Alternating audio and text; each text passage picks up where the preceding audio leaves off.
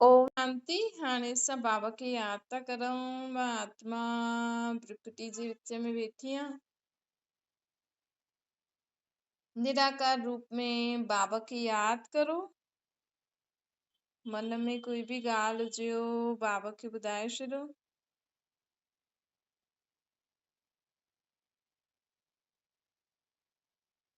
आत्मा पंहिंजे बाबा खे सभु मन जी ॻाल्हियूं ॿुधाए थी।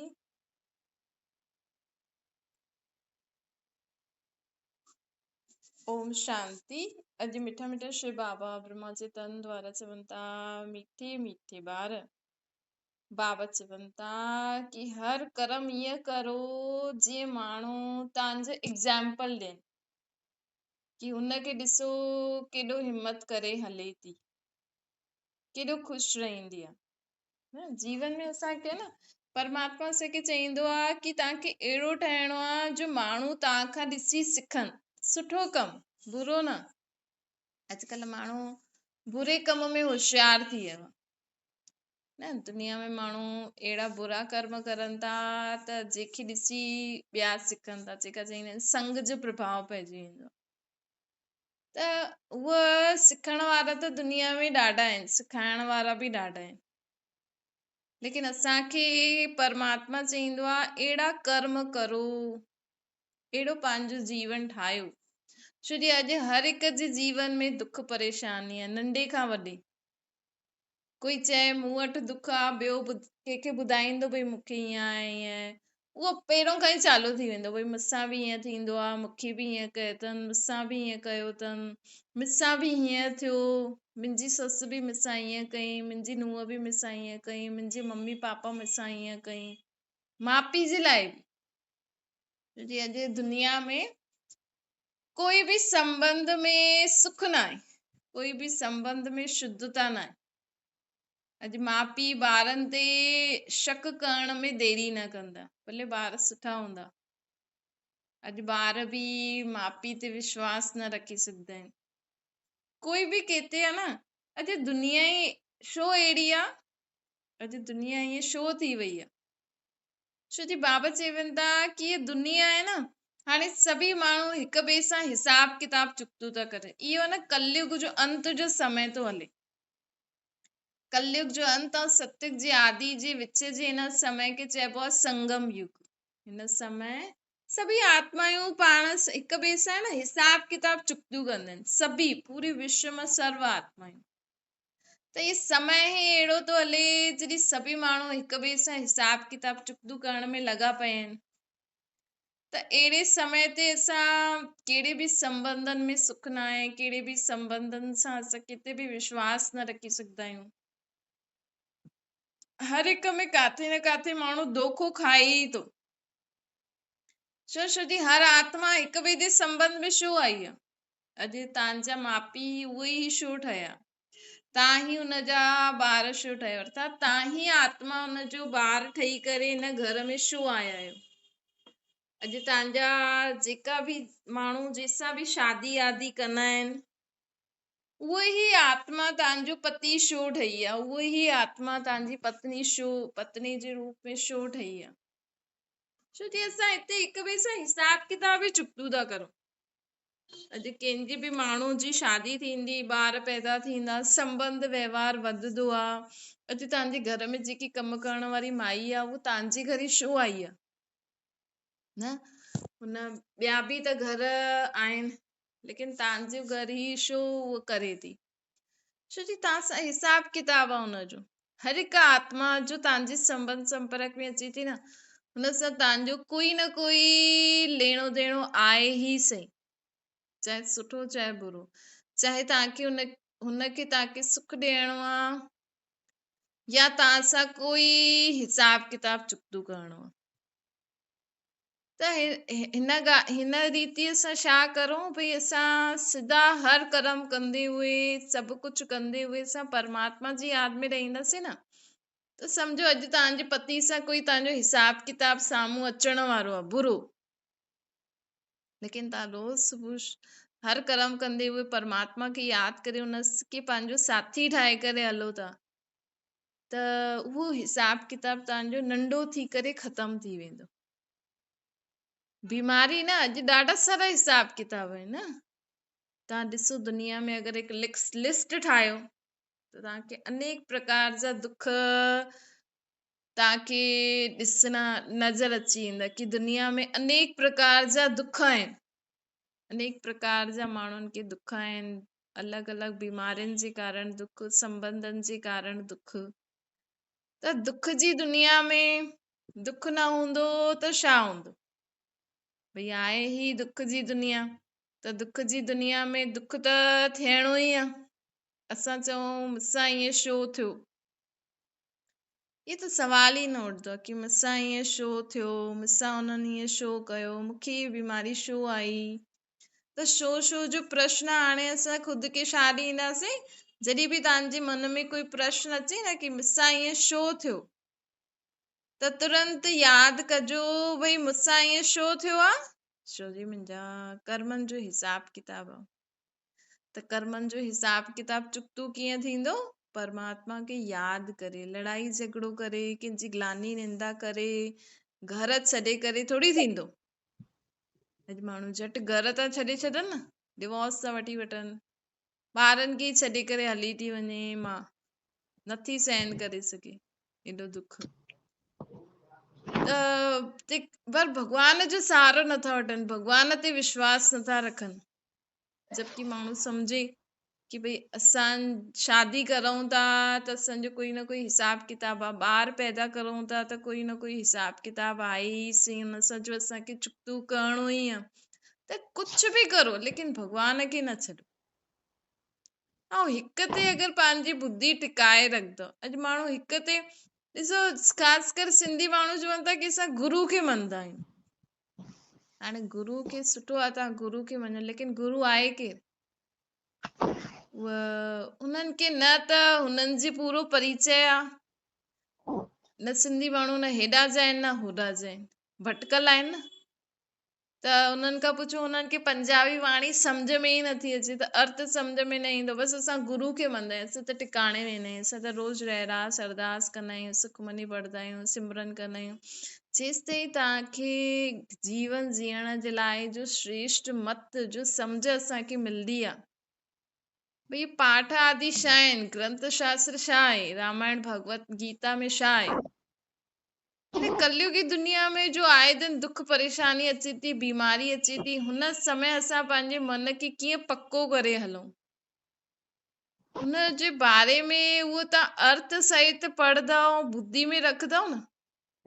ॾिसो, चइण में त माण्हू चवंदा अरे हिननि जो परिवार त सिंधी परिवार ॾाढो गुरू खे मञंदो आहे, ईअं ऐं थोरो सो बि दुख परेशानी अचे थी न, बीमारी अचे थी त हाय हाय था करनि, हाय मूंखे बीमारी अचे, हाय मूंखे बीमारी अचे। ये ही जो माण्हू ये ग्रंथ शास्त्र पढ़ंदो, अर्थ समझदो आहे न, उहो हाय हाय न कंदो। सिर्फ़ु वाहिगुरु वाहिगुरु चइण सां कुझु थोड़ी थींदो। तव्हां अर्थ त सम्झो न, भई बीमारी आई आहे त मुंहिंजो कोई पाप कर्म, माण्हू मञे ई नथो कि मुंहिंजे पाप कर्मनि जे कारण मूंखे बीमारी आई आहे। माण्हू मञे ई नथो कि मुंहिंजो कर्म भोग आहे। माण्हू खे बीमारी अचे थी या कोई बि दुख अचे थो त चए थो बसि हाणे त मुंहिंजो हेॾो दुख अची वियो, ईअं थी वियो। त फालतू फालतू ॻाल्हियूं माण्हू कॾहिं सोचदो आहे जॾहिं हुनखे ज्ञान न हूंदो आहे। जबकि गीता में लिखल आहे कि मूंखे भगत खां प्रिय ज्ञानी ॿार आहिनि। माण्हू सुबुह शाम बसि हा भई पाठ कयो, कीर्तन ॿुधियो, सत्संग ॿुधियो, बसि थी वियो कमु। सॼो ॾींहुं फालतू ॻाल्हियूं तव्हां करो था, बुद्धि में घुमायो था, कोई तव्हांखे कंहिंजी ग्लानी, कंहिंजी बि बारे में बुरो चए थो त तव्हां हुनखे बुरी रीति हुन में साथी न ठाहो। तव्हां में जो ज्ञान आहे, जो तव्हां अर्थ सम्झो था, तव्हांखे नथो सम्झ में अचे त कोई अहिड़ो ज्ञान ॿुधो न, कोई अहिड़े पंथ ते हलो जेको तव्हांखे तव्हांजे मन जे तव्हांखे उत्तर मिलनि। ज़रूरी थोड़ी आहे असां गुरू खे मञंदा आहियूं, हाणे तव्हांखे सम्झ में ई नथो अचे। दुनिया में ये ज्यादातर हाय हाय केरु कंदो आहे? जेको भॻवान खे मञंदो आहे, लेकिन हुनजी जेका बि माण्हू, भॻवान त न लिखिया अथई इहे ग्रंथ शास्त्र, ॾिसो गुरु नानक देव जॾहिं धर्म स्थापन कयईं उन शरीर में अची करे उन त बसि 2 शब्द चयईं, जप साहिब त सुख मिली। उन समय ग्रंथ शास्त्र हुया छा? ग्रंथ हुयो? ये त पोइ मनुष्य ठाता है न। चलो ठीक है, तव्हां सोचो भी था कि ग्रंथ शास्त्रनि में भॻवान ई जो आहे लिखियो अथई उहो ई चए थो, त कम से कम उन चए खे सम्झी करे हलो त सही। कम से कम कोई दुख परेशानी अचे थो त हाय हाय त न करो, न त छा फ़ाइदो हिनखे पढ़ण सां। मम्मी छो मथे त कपिड़ा रोज़ आएंगे। सुखमनी जपजी साहिब, गीतायूं, रामायण, भागवतियूं माण्हू कराए थो, छो थो कराए? भई ये ॾेखारीनि था न कि हिननि बि इन्हनि खे एॾो दुख परेशानी आयो त हिननि कीअं पार कयो।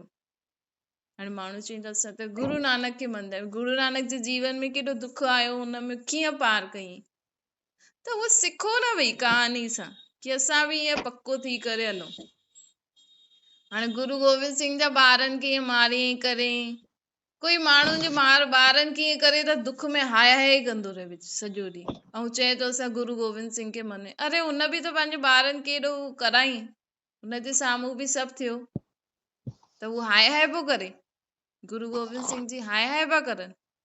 बसि असां त गुरु गोविंद सिंह खे मञंदा आहियूं मतिलबु हुननि जे जेको हुननि जीवन में दुख ॾिठो ओड़ो दुख तव्हांजे जीवन में बि अचे त तव्हां बि उन रीति पार करे सघंदा, एतिरी शक्ति आई आहे, तॾहिं त मञंदासीं कि हा तव्हां मञंदा आहियो। अॼु ॿार खे थोरो बि कुझु थी थो वञे हाय हाय था करनि माण्हू, ख़ुदि जे शरीर खे थोरो ई कुझु थिए थो हाय हाय, हिमत ई हारनि था। पोइ ॿुधायो छा फ़ाइदो? इहा बसि चईंदा आहिनि असां त हिनखे मञंदा आहियूं, हिनखे मञंदा आहियूं। मञणु मतिलबु हुननि जी शिक्षाउनि ते हलो, हुननि जे जीवन सां सिखो। अॼु चईंदा न भई इहो ॿार न पंहिंजी मम्मी जे चयो मञंदो आहे, कॾहिं चईंदासीं मञंदो? सिर्फ़ु मम्मी जी ॻाल्हि ॿुधी करे अगरि हुन तरीक़े सां न हलंदो त चईंदासीं मम्मी जी ॻाल्हि ॿुधंदो आहे, पापा जी ॻाल्हि ॿुधंदो आहे, फलाणे सां सम्झंदो आहे। चईंदो न इहो त बसि ॿुधंदो ई रहंदो आहे। अगरि ॾिसो तव्हां ई पंहिंजे ॿार खे कोई शिक्षा ॾियो, सम्झानी ॾियो, उहो सिर्फ़ु ॿुधी करे हा हा करे सुठो सुठो करे हली वञे, पंहिंजे पाण खे परिवर्तन न करे हूअं, त चईंदो इहे मुंहिंजी ॻाल्हि मञे थो, त इहे तव्हांखे कीअं चईंदा माण्हू कि हा इहे गुरु नानक गुरु गोविंद सिंह खे मञे थो, इहे देवी खे मञे थो, इहे कृष्ण खे मञे थो। अच्छा, कृष्ण जे जीवन में ॾिसो छा छा थियो, जे हुनखे पैदा कई हुनखे पालना मिली हुनजी, पोइ अॼु कंहिंजी जनम ते ई कंहिंजी माउ मरी थी वञे, पीउ मरी थो वञे त माण्हू चवंदो अरे वीचारो। हुन समय छो था सोचो भई कृष्ण बि त, हालांकि हुन द्वापर युग वारे कृष्ण जी आत्मा जॾहिं द्वापर कलयुग में आई तॾहिं जी कहानियूं ॾेखारींदा आहिनि। सतयुग में त कृष्ण खे पंहिंजा माउ पीउ हूंदा, उहे ई पालना हुनखे कंदा, लेकिन ये जॾहिं कृष्ण जी आत्मा द्वापर कलयुग में आई तॾहिं हुन सां ईअं थियो हुयो भई हुनखे जन्म कंहिं ॿिए ॾिनो, पालना कयईं, ऐं हिते कंहिंजी जनम ते ई कंहिंजो माउ पीउ जो कुझु थी वञे, माउ मरी वञे त वीचारो वीचारे जी माउ मरी वई, हाणे केरु पालंदो हिनखे? हुन समय नथा यादि करो भई कृष्ण खे कीअं कयूं? मञो त कृष्ण, असां त कृष्ण खे मञंदा आहियूं। हाणे कृष्ण जे जीवन में केॾो परेशानी आई, केॾो दुख आयो, त हुनखे कंहिं कयो वीचारो? ईअं थोरी की हा हुन वटि शक्ति हुई त तव्हां वटि बि त शक्ति हुई, त कृष्ण खे मञो था त कृष्ण तव्हांजी मदद न करे? त अहिड़ो मञो ई छो था? त सिर्फ़ु चइणो न आहे, उहो जो तव्हांखे शिक्षा ॾियनि था भई तव्हां देवी खे मञो था त देवी जे पंथ में हलो था, चलो उहो तव्हांखे छा शिक्षा था ॾियनि? हिक खे पंहिंजे मन खे पको करे हलो। ॾिसो अगरि तव्हां पंहिंजे मन खे पको करे रखंदव कि हा मुंहिंजे गुरु नानक ई मुंहिंजो भॻवानु आहे, इहे ई मुंहिंजी मदद कंदो, तव्हांखे वॾे खां वॾी बीमारी थी वञे न, तव्हां हुनजी चए ते हलंदव त तव्हांजी बीमारी बि दूर थी वेंदी। लेकिन अॼु माण्हू वटि धैर्यता न आहे, विश्वास न आहे, सिर्फ़ु मुख सां चवनि था असां त गुरू खे मञंदा आहियूं, थोरो बि दुख आयो भई माण्हू चवनि अरे ये हेॾे वञ इहे कर, हा झटि भॼी वेंदा, पका पका सिख बि, पका पका मुस्लिम बि। अॼु माण्हू वटि थोरो दुख अचे थो न त दुख में माण्हू बसि इहे थो सोचे कॾहिं मां हिन दुख सां छूटां, हुन समय अरे मां हीअ हिनखे मंदी हिनखे कोई यादि न ईंदो, बसि काथां मुंहिंजो दुख छूटे। त बाबा चवनि था कि हाणे असांखे पंहिंजे जीवन में सभु म्यूट बटन दबाए छॾो, म्यूट बटन दबा दो सभु।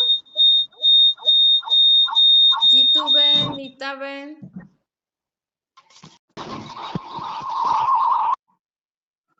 बाबा चवनि था कि हाणे हिकु त धैर्यता रखो, ॿियो निश्चय रखो। निश्चय रखी करे हलंदव, धैर्य रखी करे हलंदव, हिक जे हथ पकड़े करे हलंदव, पक्को। अगरि तव्हांखे निश्चय ऐं विश्वास आहे न, त उहो तव्हांजी चाहे भॻवान खे हुन रूप में मञो था त तव्हांखे हुन रूप में बि तव्हांखे मदद अवश्य मिलंदी आहे। त लेकिन अॼुकल्ह माण्हुनि जे कलयुग में दुख ॾाढो थी वियो आहे न, त माण्हू जाते बि ॾिसे थो हा भई हिते सुख आहे, हिते सुख आहे, पंहिंजो धर्म ई बदिले था छॾनि भई कीअं बि करे दुख दूर थिए। त हिन करे परमात्मा चए थो सदा पंहिंजे खे न आत्मा सम्झो। ॾिसो समय अनुसार दुनिया में अहिड़ा जो माण्हू हूंदा आहिनि, भई दुनिया में हूंदा आहिनि न कोई कंहिंखे सिद्धि प्राप्त हूंदी आहे, भई दुनिया में दुख हूंदो आहे न, त कोई कोई माण्हू परमात्मा खे भॻवान खे यादि करे उहो शक्ति प्राप्त करे वठंदो आहे, जंहिंसां तव्हांजी बीमारी बि दूर करे वठंदो। हा, अहिड़ी शक्ति परमात्मा बि चईंदो आहे हूंदी आहे। भई ॾिसो दुख जॾहिं ईंदो आहे त कोई माण्हू भॻवान खे यादि करे ई न सघंदो, उहो सोचंदो आहे बसि मुंहिंजो दुख दूर थी वञे, काथां बि थी वञे। त अहिड़े आत्माउनि जे लाइ बि हिन दुनिया में अहिड़ा माण्हू हूंदा आहिनि, जीअं माण्हू देवी वटि वेंदा, देव वटि वेंदा, छो जी शक्ति हूंदी आहे न, त उहा शक्ति उन्हनि खे उन बीमारी उन दुख सां दूर करे वठंदी आहे। त हर हिकु आत्मा जो ॾिसो पंहिंजो पंहिंजो पार्ट आहे।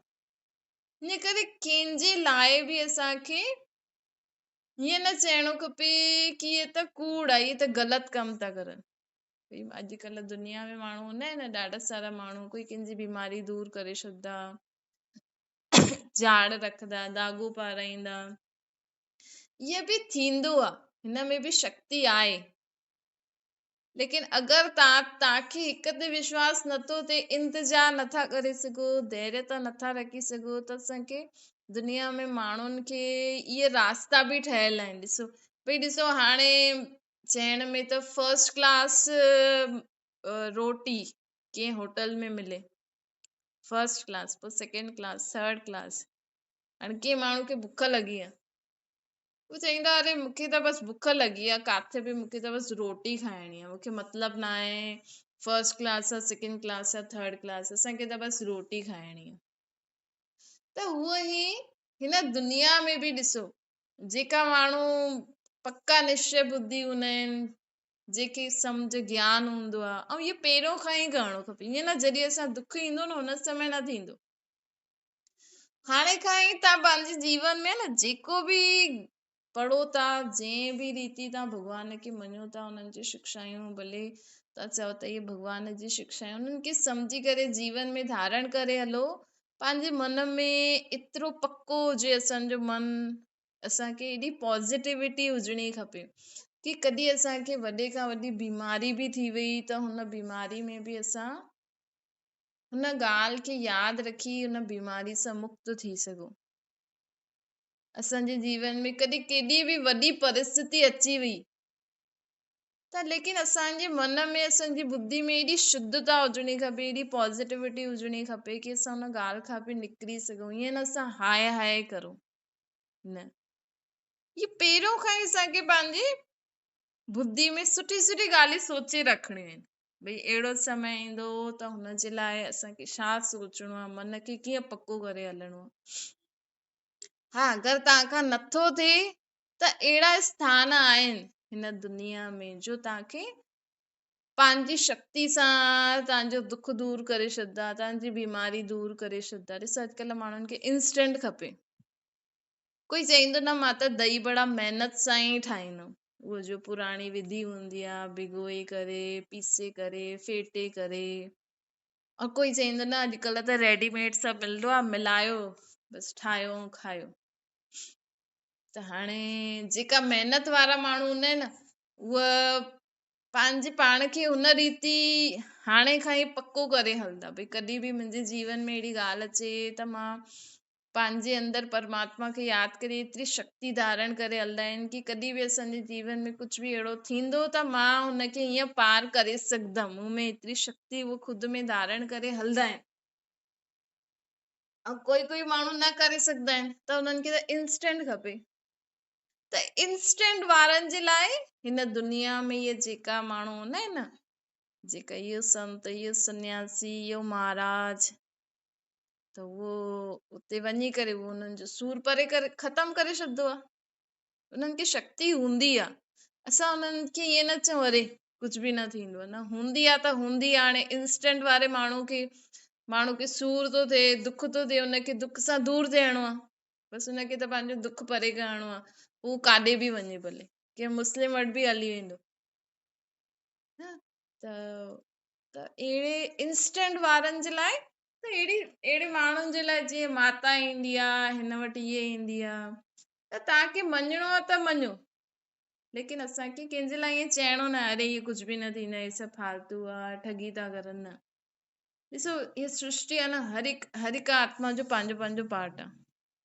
हिन सृष्टि ते कई माण्हू पेड़ पौधनि जे पतनि जे भरोसे हलंदा आहिनि कि न इहे पता खाओ त बीमारी ठीक थी वेंदी, इहे योगा करो त इहे बीमारी ठीक थी वेंदी, अरे इहे ग्रह जी इहे वारी अंगूठी ठीक पायो त ग्रह ठीक थी वेंदा। कोई चईंदो वास्तु शास्त्र, कोई चईंदो इहो उहो, ऐं कोई त हूंदा आहिनि परमात्मा भरोसे, भई असांजो भॻवानु वेठो आहे न, उहो सभु ठीक कंदो। त उहो इन करे कंहिंजे लाइ बि असां ईअं न चऊं कि अरे हीअ कुझु थोरी थींदो आहे पते वते खाइण सां, न थींदो आहे। कंहिंखे पहिरियों थोरी हूंदा आहे इहे। ॾिसो पहिरियों माण्हू, अॼु दुनिया में बीमारियूं एॾी छो आहिनि? छो जी माण्हुनि जो खाइण पीअण त पहिरियों जहिड़ो ई आहे, 3 टाइम आराम सां रोटी खाइनि था, लेकिन ओतिरो कमु नथा करनि।